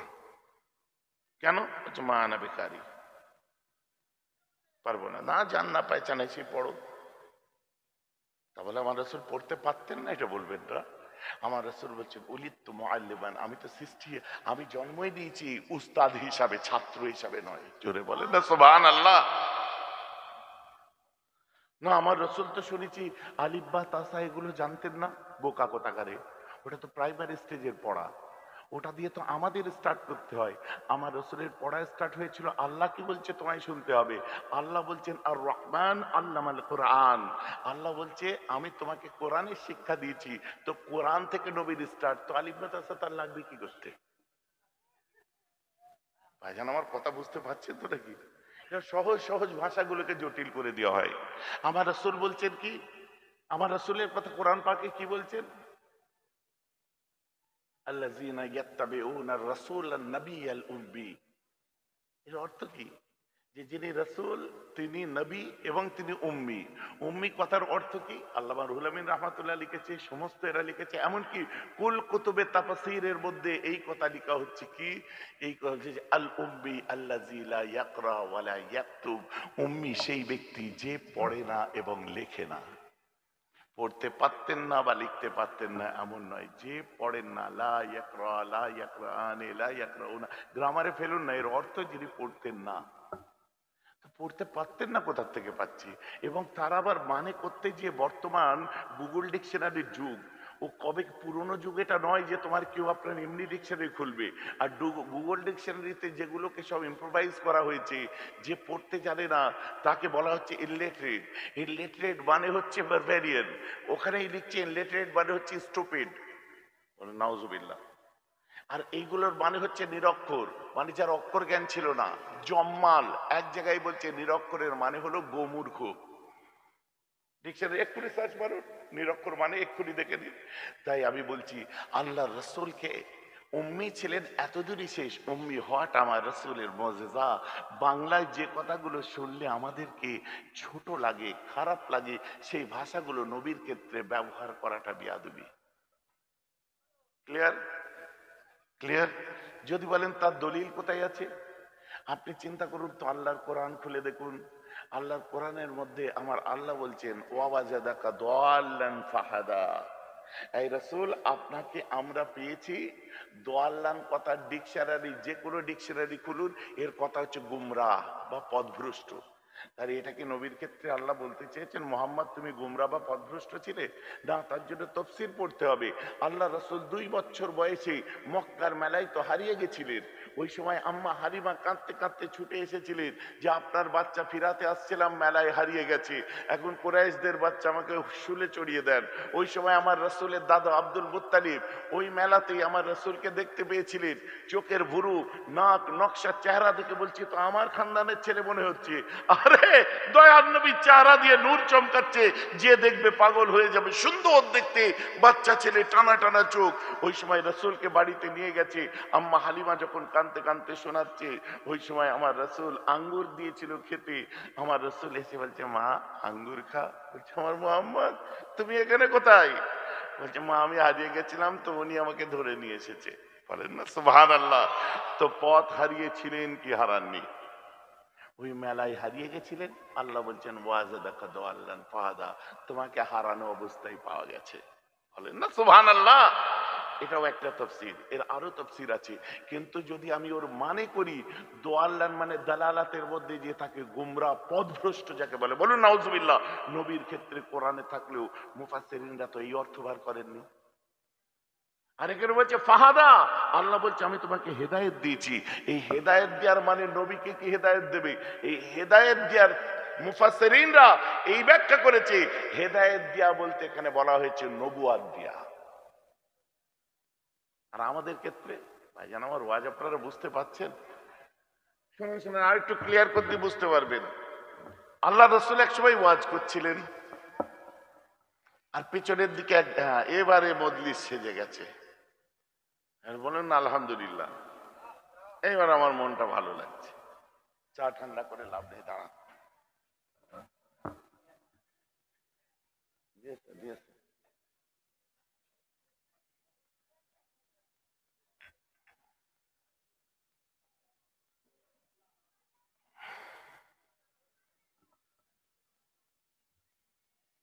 কাল থেকে আমার এইভাবে চলছে, পরশু থেকে আমার দাদুজানের খলিফা, মুফতি আজমের খলিফা জনাব হজরত মৌলানা, মানে শরীর এখন অসুস্থ, দোয়া করবেন আল্লাহ যেন তাকে শাফা দান করুক। আল্লাহওয়ালা মানুষ, বুঝতে পেরেছেন? আল্লামা রইসউদ্দিন মাদ্দাজিল্লাহ আলী দামাত বারকাতু। রইসউদ্দিন সাহেব নাম শুনেছেন না? দাদুজান কিতাবের মধ্যে, তার জীবনীতে, তার খলিফাদের মধ্যে আছে। এই যেমন হাতিশালা ডাক্তার সাহেব আছে, এই পাশে হাতিশালা। আমারও সৌভাগ্য, দেখুন আমি পরশুদিন ওনার যে বিশাল মাদ্রাসা মেজো হুজুর কেবলার নামে উনি করেছেন, দারুন নাজাত আবু জাফরিয়া সিদ্দিকিয়া খারিজিয়া মাদ্রাসা, ওর দস্তরবন্দি। গতকালকে ছিল আমাদের মাদ্রাসা তেতুলিয়া দস্তরবন্দি, আজকে ছিল হাতিশালা আবু জাফরিয়া সিদ্দিকিয়া খারিজিয়া মাদ্রাসা দস্তর আপনার সভা। ওখানে আবার ডাক্তার সাহেবের বাড়ি গেলাম। এইভাবে আমার 3 দিন ধরে চলছে। প্রত্যেকটা দিন বার হচ্ছি বেলা 11টা, সাড়ে 11টা, 12টার মধ্যে। আরো সকালে বার হয়েছিলাম গতকালকে। ঘুমের কোনো টাইম পাচ্ছি না, বুঝলেন? কিন্তু আমি সেই মেহরাব যে 18 সাল থেকে 3 বছর অবস্থা খারাপ ছিল, এমন কোনো বাড়ি নেই যে বাড়িতে আপনারা আমার জন্য দোয়া করেননি। বাইরে বেরিয়ে আগে খোঁজ নিয়েছেন, ভাইজানের আজকে কিছু আপডেট আছে, সেই তো নাকি? আজ স্টেজে উঠে দেখুন আলোচনা করে যাচ্ছি। যত আমি জলসার মধ্যে যখন থাকি আমি কোনো ক্লান্তি মনে করি না। এই গাড়িতে উঠবো মনে হবে গাড়ি সাইড করে একটু ঘুমিয়ে পড়ি। ভাইজান আমার আলোচনা আপনারা বুঝতে পারছেন তো নাকি? এগুলো হচ্ছে, হ্যাঁ, এগুলো হচ্ছে আল্লাহ রসুলের একদম নিছক ছাঁকা ছাঁকা কথাবার্তা।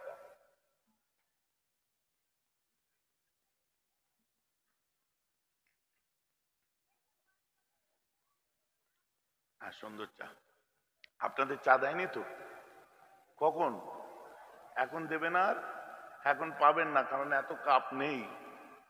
আল্লাহ কোরআনে বলছেন, কাপ নেই বলেননি, আল্লাহ কোরআনে বলছেন মাইয়াহদিহিল্লাহু ফাহুয়াল মুহতাদ ওয়া মাই ইউদিলিল, দেখুন আবার দালালাত, ওয়া মাই ইউদিলিল ফালান তাজিদ লাহু ওয়ালিয়াম মুরশিদা। এর অর্থ আল্লাহ যাদের হেদায়েত দেওয়ার ইচ্ছা প্রকাশ করেন, ফাহুয়াল মুহতাদ, ওরা হেদায়েত প্রাপ্ত। ওয়া মাই ইউদিলিল, যাদের গুমরা করবে মনে করে, যাদের হেদায়েত দেবো না মনে করে, সে যতই নামাজ পড়ুক, রোজা রাখুক, হজ করুক, জাকাত দিক, যাই করুক, আল্লাহ বলছে আমি ওকে হেদায়েত দেবো না। ওই মানুষটা ওই সময় ওর যদি চোখের সামনেও ঘোরাঘুরি করে, কোরআন বলছে ফালান তাজিদা লাহু ওয়ালিয়াম মুরশিদা, ও কোনোদিন ওলি বা মুর্শিদ খুঁজে পাবে না। যার জন্য আজ বহু মানুষ বলে পীর পীর দরকার নেই, ডাইরেক্ট কোরআন আর হাদিস মানবো। শুনেছেন না আপনারা? আল্লাহ কোরআনই বলছে যাদের হেদায়েত দেবো না মনে করি তারা কোনোদিন ওলি বা মুর্শিদ খুঁজে পাবে না। এক কথাই ওলি যার, মুর্শিদ যার, হেদায়েত তার। তো এই মুহূর্তে কাব যার, চাও তার।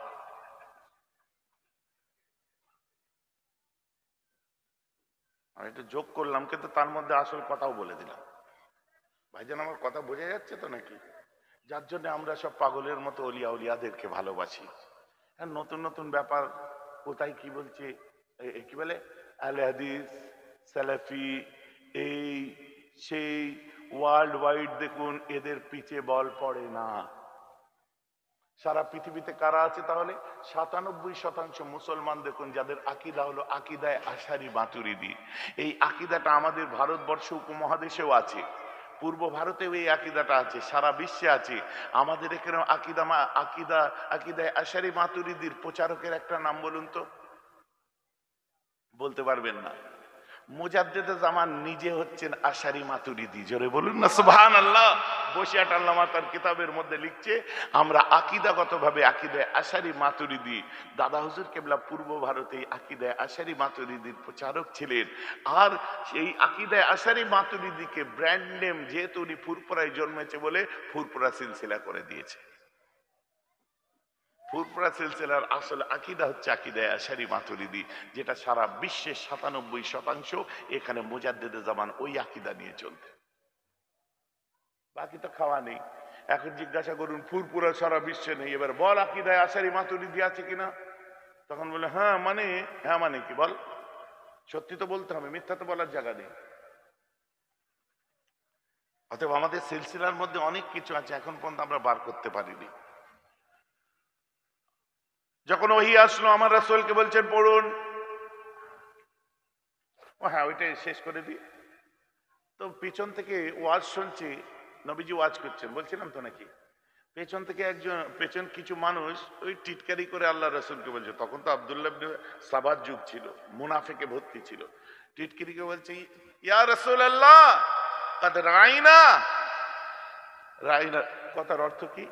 আমাদের দিকে রায় না, আমাদের দিকে নজর দিন, মানে আমাদের দিকেও তাকিয়ে একটু বলুন, আমাদের দিকেও নজর দিন। আমার আল্লাহ বড় ব্যথা পেলেন, কেন জানেন? আমার রসুল 15 বছর বয়স থেকে 25 বছর বয়স পর্যন্ত মেষ পালন করেছিলেন, ছাগল চড়িয়েছিলেন, ভেড়া চড়িয়েছিলেন, গরিবী হাল ছিল, এবং তিনি সময় পেলে ওই যে হেরা পর্বতের উপরে উঠে যেতেন। কারণ আমার নবী নবুয়াত পাওয়ার আগে কোন ধর্মের ছিল আপনারা বলেন? ভাই যে আমার কথা বুঝতে পারছেন না? নবুয়াত পাওয়ার আগে কোন ধর্মের ছিল? আরে নামাজ পড়বেন, আগে নবীকে চেনেন, আগে ধর্ম চেনেন, ইসলাম চেনেন। আমার রাসূল নবুয়াত পাওয়ার আগে তিনি ছিলেন হানিফ মুসলমান। হানিফ মুসলমান কারা?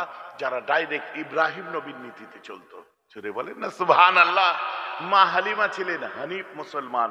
তাই পৃথিবীর জমিনেতে সব অগ্নি পুজো, এই পুজো, সেই পুজো করত, নবীজিকে ভালো লাগতো না। তাই তিনি প্রত্যেক দিন ফজরের পরে, ফজরের আগে সময় থাকলে আমার নবী হেরা পর্বতে উঠে যেতেন। দুনিয়ায় এইসব হতো বলে। এই একদিন জিবরাইল আসলো, আসার পরে নবীর বুকে চাপ দিল, দেওয়ার পরে এইসব হতো। যাই হোক, আমার আল্লাহ সহ্য করলেন না, মেষ পালন করতেন। এই রাইনা তাদেরকে বলে রাখাল যারা হয়। ছাগলটা নজর দাও, গরুটা নজর দাও, ভেড়াটা নজর দাও, এই ওটাকে নজর দাও। ওখান থেকে টিটকিরি মেরেছে, রাইনা নজর দিন। আমার আল্লাহ সহ্য হয়নি, আরশটা কেঁপে উঠেছে। আমার রাসূলকে রাখাল বলে দিল। আমার আল্লাহ কোরআন নাজিল করে দিলেন, হে তোমরা আমার রাসূলকে তোমরা খবরদার রাইনা বলো না, বরং তোমরা বলো ইয়া মুহাম্মদ কাদ উনজুরনা, তো আপনি আমাদের দিকে নজরে কারণটা একটু দিন। বলুন না সুবহানাল্লাহ। এই দেখুন, উনজুর না মানেও লক্ষ্য দিন, আর রায়না মানেও লক্ষ্য দিন। বুঝতে পারছেন তো নাকি? তো রায়না কথাটাই একটুখানি টিটকিরি বা একটুখানি নবীর তৌহিন বা একটুখানি মানে একটু বিয়াদবির গন্ধ ছিল বলে আমার আল্লাহ ভাষা, নবীর ক্ষেত্রে ভাষা চয়নটা কেমন হবে, নবীকে সম্বোধন করতে গেলে কি মার্জিত ভাষা হবে, ওটা আমার আল্লাহ কোরআনে শিখিয়ে দিয়েছে। দ্যাটস ওয়াই আমি বলছি, যেসব মোল্লা মৌলবীরা আমার নবীজির শান বলতে যে অল্প বিদ্যার ভয়ঙ্করী বলে, যে সেসব বলতে যে নবীকে এই সমস্ত ইনলিটারেট, অশিক্ষিত, আপনার ইলিটারেট, তারপরে আপনার অক্ষর জ্ঞানহীন, নিরক্ষর, এইসব কথা যারা বলে ফেলছেন, মেহেরবানি করে বলি এগুলো বলা বন্ধ করুন। কারণ কবরে যে যখন জিজ্ঞাসা করবে মা কুনতা তাকুলু বিহাক্কি হাযা রাজুল, এটা মুহাম্মদ সাল্লাল্লাহু আলাইহি ওয়াসাল্লাম, ইনার সম্পর্কে তোমার মতামত কি বলো? ওই সময় আপনি কি বলবেন? ইনি নিরক্ষর, বলতে পারবেন কি খবরে?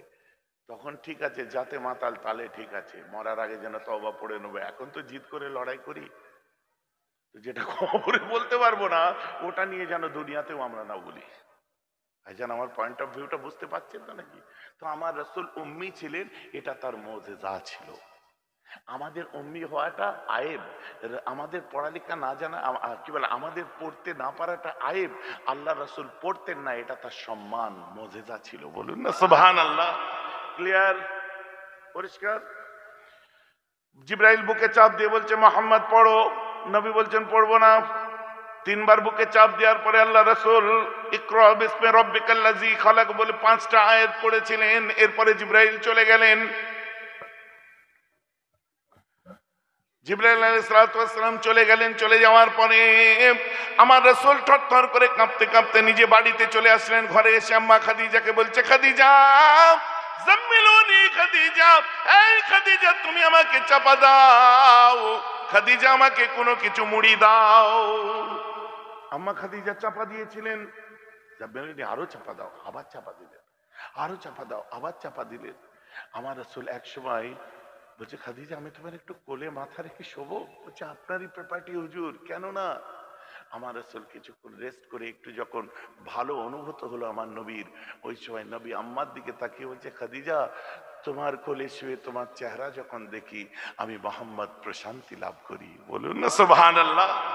মাঝে মধ্যে বাবাজিরা বইয়ের কোলে মাথা দিয়ে একটু শোবেন, কারণ বইয়ের কোলে মাথা দিয়ে শোয়াটা আমার রাসূলের সুন্নাত। বলেন না সুবহানাল্লাহ। কিন্তু বউটা নিজের হতে হবে, লোকের বইয়ের নয়।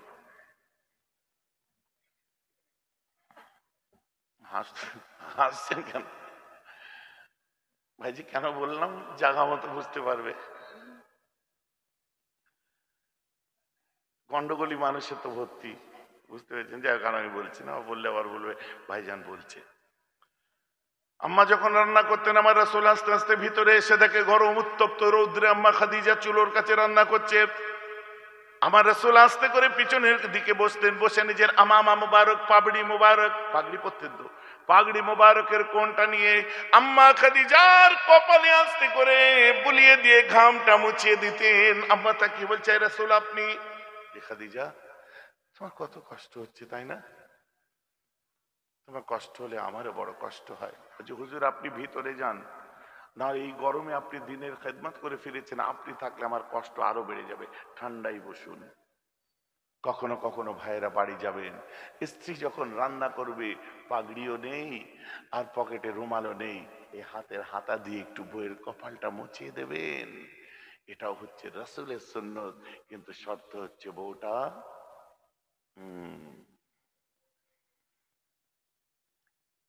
আমার কথা খারাপ লাগছে নাকি শুনতে? রাগ করলে হবে না।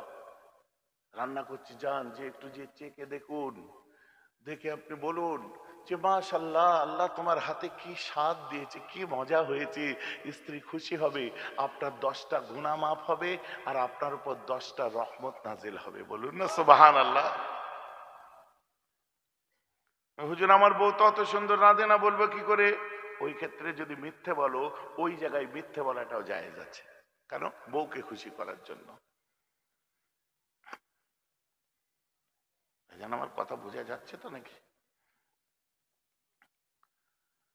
আমার মুসলমান খেয়াল করে শুনে রেখে দিন, বলতে বলতে অনেক দূর চলে এসেছি। আল্লাহ রাসূলের নবুয়ত প্রাপ্তি হয়ে গেল। এইভাবে নবুয়তের 10টা বছর পার হলো। আমার রাসূলের জীবনের সব থেকে কঠিন দিন নেমে আসলো কখন? নবুয়তের 10ম বছর, হিজরত করার আগে। নবুয়তের 10ম বছর রাসূলের কাছে পৃথিবীর সেরা কষ্টের দিন নেমে আসলো, কারণ ওই বছরে আমার রাসূলের জানের জান, কলিজার কলিজা, প্রাণের প্রাণ স্ত্রী মারা গেলেন। আল্লাহ রাসূল কেঁদে জারে জার হয়ে গেলেন। আমি মোহাম্মদ একা হয়ে গেছি, আমি বলতে পারছি না আমার খাদিজার চেহারা। খাদিজা আমার জান ছিল, খাদিজা আমার ভালোবাসা ছিল। আমার দুঃখ লাগে যখন আম্মা খাদিজা সম্পর্কে কোনো বক্তারা বলে ফেলে আম্মা মা খাদিজা কিন্তু আপনার নাউজুবিল্লাহ ইনটেক ছিলেন না। নাউজুবিল্লাহ বলেছেন? সকলে নাউজুবিল্লাহ বলে, মানে বুঝতে পারছেন, আর আমি বলবো না দ্বিতীয়বার। যখন কোনো বক্তারা বলে বাংলাদেশ থেকে, তখন বুকটা ফেটে যায়। তুই নিজের মা হলে বলতে পারতিস, তুই নিজের মা হলে বলতে পারতিস না। আম্মা খাদিজা, মা খাদিজা ছিলেন ডিভোর্সি, দুইবার তার ডিভোর্স হয়েছে। ভুল কথা বলছেন আপনি। আম্মা খাদিজা স্বামী হারা ছিলেন, তার স্বামী ইন্তেকাল করে মারা গেছিলেন। ভাইজান আমার কথা বুঝতে পারছেন তো নাকি? আর এইসব কি কথা? মা তো মাই হয়, আম্মা আম্মাই হয়। আমার রাসূল যার জন্য কেঁদেছেন, তো তার জন্য আমরা কেন এইসব ওয়াজ করতে যাব? আর কি ওয়াজ কিছু নেই? আমার রাসূল আম্মা আয়েশার সঙ্গে বসেছিলেন, আম্মা আয়েশার সাথে হঠাৎ করে একটা মেয়ে এসে যখন আওয়াজ দিলেন, ভিতরে কি কেউ আছেন? আমার রাসূল চমকে উঠলেন। আয়েশা, কি? ওকে বেশি করে হাদিয়া দাও, ঘরে যা আছে ওকে বেশি করে হাদিয়া দাও। আপনি কেন এটা বলছেন? বলছে আমি যদি ভুল না হই এটা আমার খাদিজা সাহেলি, খোঁজ নিয়ে দেখো। কারণ আমার খাদিজার সাথে গল্প করতো, আমি এই গলাটাই শুনতে পেতাম। আর খোঁজ নিয়ে দেখা যাচ্ছে সত্যি আম্মা খাদিজা সাহেলি, বান্ধবী ছিলেন ওটা। আমার রাসূলকে দেখে কাঁদলেন আর বললেন খাদিজা আমার। তখন বললো খাদিজার কথা আপনি এখনো ভুলেননি? আম্মা আয়েশা তখন বললেন এই রাসূল, খাদিজা অনেক বয়স ছিল, ওনার মধ্যে কি ছিল যেটা আমাদের মধ্যে নেই? আমার রাসূল বলেন আমি সবাইকে ভালোবাসি, কিন্তু মনের ব্যাপার আল্লাহর হাতে। আমি খাদিজার কথা ভুলতে পারি, এটা তো আল্লাহর হাতে। জোরে বলেন সুবহানাল্লাহ। আরে এইসব ব্যাপার নিয়ে যখন কেউ যখন কথাবার্তা বলে, একটু ভেতরটাই কোনো একটা জায়গায় যে বোধহয় আমাদেরকে লাগে, বিকজ আমরা যে তাকে ভালোবাসি। আমার রাসূলের ভালোবাসাটা যে আমরা এহতেরাম করি। আমার রাসূলের মাথায় যখন পিছন থেকে এসে একরামা মেরে দিয়েছিল, মাথায় আমার রাসূল সঙ্গে সঙ্গে আম্মা খাদিজা আমার রাসূলের পিছনে, বাবরির পিছনে হাত দিয়ে ধরেছিলেন। আম্মা খাদিজার হাত সরাননি। আমার রাসূল বলছেন খাদিজা তুমি দেখলে তো আমি তো কোনো দোষ করিনি, খামাখা আমাকে মারলো, দেখলে কি জোর মারলো। খাদিজা আমার যন্ত্রণা হচ্ছে। আম্মা খাদিজা লক্ষ্য করে দেখে আম্মা খাদিজার হাতটা রাসূলের রক্তে ভরে গেছে। আম্মা খাদিজার হাত সরাননি, ওখান থেকে চেপে রেখেছে। একসময় আম্মা খাদিজা কোনো রকমে নিজের ওড়নাটাকে দাঁতে করে ছেড়ে আমার রাসূলের মাথাটা সুন্দর করে সামনের দিক থেকে পেঁচিয়ে দিলেন। দেওয়ার পরে দেখা যাচ্ছে রক্ত বন্ধ, হাত পিছিয়ে দিয়েছে যেন রাসূল রক্তটা দেখতে না পায়। আম্মা খাদিজা আল্লাহ রাসূলের দিকে তাকিয়ে বলছে হুজুর, মাথায় এটা বেঁধে আপনাকে আরো সুন্দর লাগছে, বলেন না সুবহানাল্লাহ। আমার রাসূল মুচকে হেসে ফেলেছেন, আর হাসাটা ছিল রাসূলের সিফাত, সব সময় হাসতেন। আম্মা খাদিজা পাগলের মতো কেঁদে আল্লাহ রাসূলকে জড়িয়ে ধরে বলছেন হে রাসূল, আপনার আঘাত লাগার পরে সাদমায় কষ্টে আপনার মুখের যে অবস্থা হয়েছিল, এই দৃশ্যটা আমি খাদিজা সহ্য করতে পারছিলাম না, তাই আপনাকে হাসাবার জন্যই আমি এই কথাটা বলেছিলাম। আর আপনি যদি এই মুহূর্তে না হাসতেন, আমি খাদিজার বোধহয় আমার বুকটা এই মুহূর্তে বাস্ট হয়ে যেত, ফেটে যেত। সেই খাদিজা দুনিয়া থেকে বিদায় নিয়েছে। আমার রাসূলের মন খুব খারাপ, আর ভাল লাগছে না মক্কা। আমার রাসূল একসময় ডিসাইড করলেন আমি মক্কায় থাকবো না। আমার নবী ওই বছরেই চলে গেলেন মায়ের দেশ, মানে মা হালিমার দেশ তায়েফে চলে গেলেন। আমার রাসূল তায়েফে গেলেন। তায়েফে গিয়ে একটা সম্ভ্রান্ত দুই ভাই সেই বাড়িতে উঠলেন, উঠে বললেন শোনো আমি একটা মেসেজ নিয়ে এসেছি, this message from my Allah, from my Almighty, there is no ilah except my Allah, accept it, and also me Rasulullah, accept it. সঙ্গে সঙ্গে বলছে ও শুনেছিলাম মক্কায় একজন বার হয়েছে, তাহলে সেই ফেতনা এখানেও এসে গেছে তুমি? বলছি জোরে কথা বলবেন না, আপনি মানবেন না কোনো ব্যাপার নয়, কিন্তু আপনি এটাকে নিয়ে জোরে কথা বলবেন না, আমার উপর এমনি জুলুম চলছে। ওই সময়তে ওই বাড়ির একটা বউ ছিল খচ্চর, সে হচ্ছে কোরাইশদের, কুফারে কোরাইশদের বাড়ির মেয়ে, আবু জেহেলদের বাড়ি। আল্লাহ রাসূল সাথে কে ছিল? আমার রাসূলের পোষ্যপুত্র বা খাদেম, নাম হচ্ছে যায়েদ বিন হারিসা। আল্লাহ রাসূল যখন বাড়ি থেকে দুজনে বার হয়ে গেল, ওই মেয়েটি চিল্লে বলে দিল এই সে মক্কার ফিতনা এসেছে, ওই দেখ আমাদের খোদা ভুল বলছে, আবার এখানে গুলোতে এসেছে, জাদু করে দেবে, এই করে দেবে, মানুষকে ম্যানিপুলেট করতে পারে, মাথার মধ্যে সম্ভ্রম করতে পারে, ও হেপনোটাইজ করে। আল্লাহ রাসূলকে মারতে আরম্ভ করলো, পাথর ছুড়ছে, মারছে মারছে, পিঠ ফাটিয়ে দিচ্ছে মেরে। যায়েদ বিন হারেসার কপাল ফেটে গেছে। আল্লাহ রাসূল এক সময় দেখলেন যে বালির সাথে আমার নবীর পাটা জড়িয়ে যাচ্ছে, বালির সাথে পাটা জড়িয়ে যাচ্ছে। আমার রাসূল আস্তে আস্তে আস্তে আস্তে যেতে তাকিয়ে দেখে শরীরে এত ক্ষত, এত আঘাত, এত জখমি হয়েছিলেন, এত জখম হয়েছিল, আমার নবীজির রক্ত শরীর থেকে, কোমর থেকে, পা থেকে গড়িয়ে গড়িয়ে পায়ের পাতা জুতোতে যে জড়িয়ে গেছে। একসময় তাও বাচ্চারা তাড়া করছে, একটা বড় আঙ্গুরের বাগান, সেই বাগানটা দেখে ওই বাগানের মালিক তারাও দু ভাই, উতবা বিন রাবিয়া আর শাইবা বিন রাবিয়া বাগানের মালিকের নাম। ওই বাগানের মধ্যে ঢুকে গেলেন, ইসলামের ইতিহাস বলছি। ঢুকে যাওয়ার পরে আমার রাসূল যে বসেন, উফ আল্লাহ, জায়েদ তোর মাথাটা ফেটে গেছে রে। রাসূল আপনার কি অবস্থা হয়েছে? বাগানের মালিকের মায়া হলো। আর তখন সিস্টেম ছিল কারো প্রপার্টিতে কেউ ঢুকে গেলে আর কেউ আক্রমণ করবে না। ওই সময়তে ওই বাগানের একটা মালিকে দিয়ে এক বাটি আঙ্গুর পাঠিয়ে দিয়ে বলছে, যাও ওদেরকে একটু আঙ্গুর দাও। আল্লাহ রাসূলের হাতে সেই মানুষটা যখন আঙ্গুর দিতে এসেছে, আমার নবী আঙ্গুর হাতে করে ধরার সময় বলছে বিসমিল্লাহির রহমানির রহিম। মালিটা বলছে, এই তুমি এটা কি বললে? কেন আমি বিসমিল্লাহ বললাম। যে ভাষা তুমি কোথা থেকে শিখলে? বলছি কেন? বলছি এটা তো আমাদের ভাষা। আমাদের ভাষা মানে কি? বলে দি, মক্কার মানুষেরা, আরবের মানুষেরা তখন কিছু খাবার হাতে পেলে ওরা বিসমিল্লাহ বলতো, বিসমিল্লাহির রহমানির রহিম আমরা যে বলি এমন বলতো না। ওরা কি বলতো? বিসমিকা আল্লাহুম্মা। এটা ওদের ল্যাঙ্গুয়েজ ছিল, ইসাইদের ছিল, তারপরে আপনার কি বলে ইসরায়েলিদের ছিল, ইহুদিদের নাসারাদের এই ভাষা বিসমিকা আল্লাহুম্মা। মুসলমান, আমার রাসূল যখন বললেন বিসমিল্লাহির রহমানির রহিম, সঙ্গে সঙ্গে বললেন এটা আমাদের ভাষা, আপনি কেন বলছেন? ওই সময় তো বললেন কিনা, আমার রাসূল বলছে তোমাদের ভাষা মানে তোমার বাড়ি কোথা? বলছে আমার বাড়ি হচ্ছে নিনওয়া। আমার রাসূল সঙ্গে সঙ্গে বলছে তুমি কি ইউনুস নবীর দেশের মানুষ? কারণ ইউনুস আলাইহিস সালামের বাড়ি ছিল নিনওয়া। বলছে হ্যাঁ, আমরা ওনারই উম্মত। ওই সময় আমার রাসূল বলছেন ওটা আমার ভাই। বলছে কি করে? সঙ্গে সঙ্গে বলেন ইউনুস নবীও ছিল নবী, আর আমিও হলাম নবী।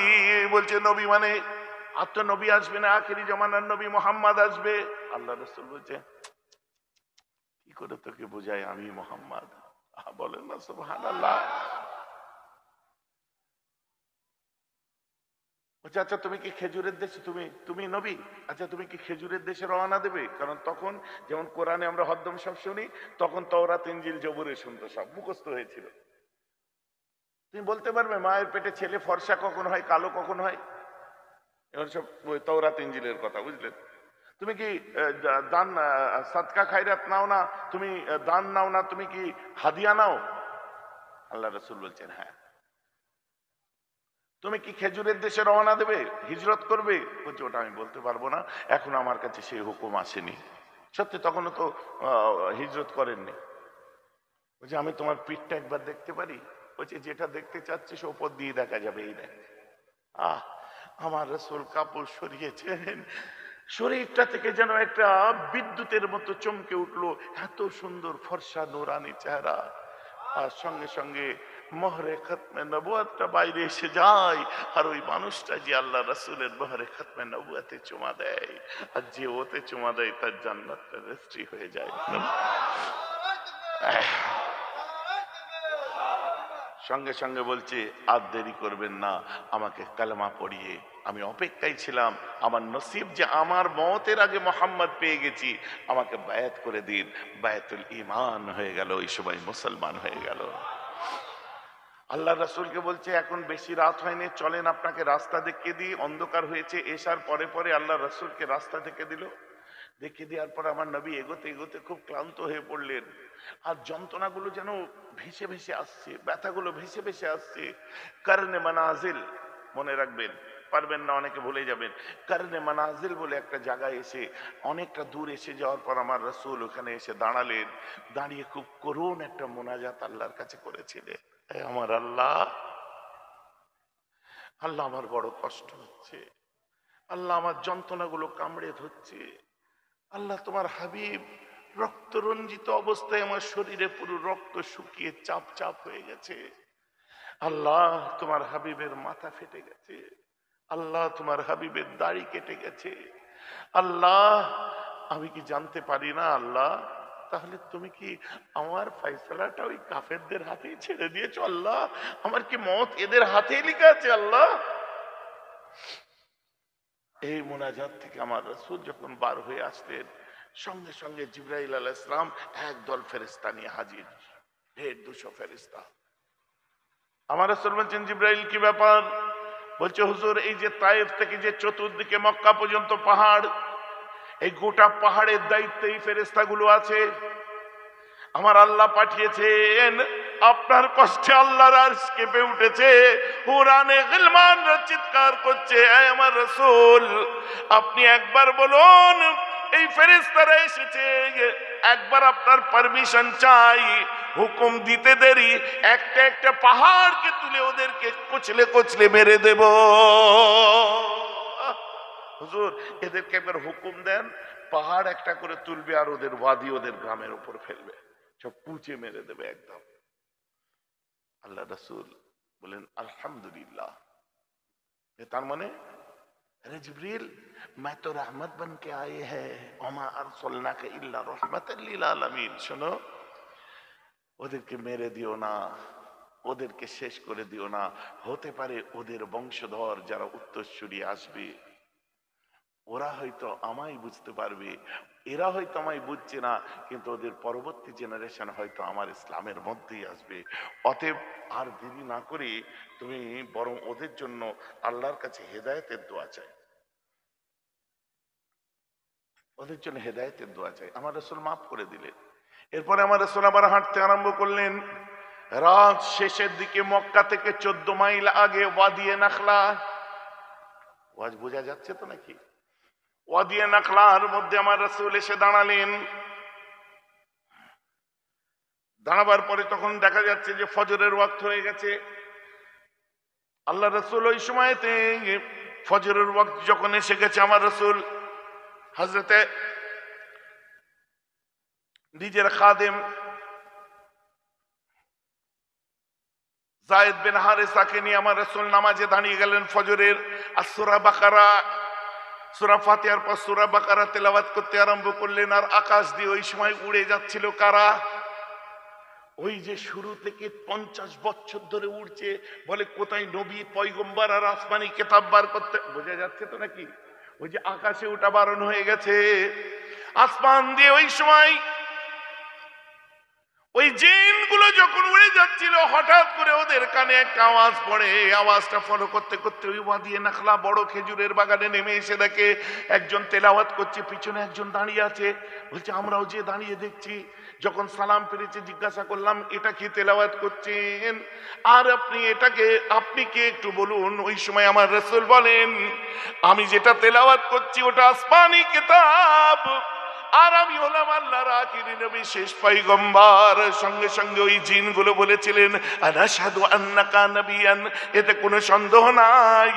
আমরা 50 বছর ধরে ঘুরছি, কোরআন থেকে সাব্যস্ত যে আমরা আকাশে উঠতে পারছি না, কারণ আপনি এসেছেন, আসমান থেকে খবর এসেছে। ওটা দুনিয়ার কেউ মানুক আর না মানুক, প্রথমে আমাদের কালমা পড়িয়ে আপনি মুসলমান করে নি। মানুষ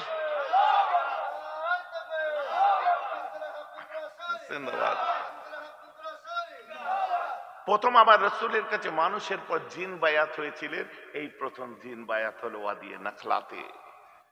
কি হলো?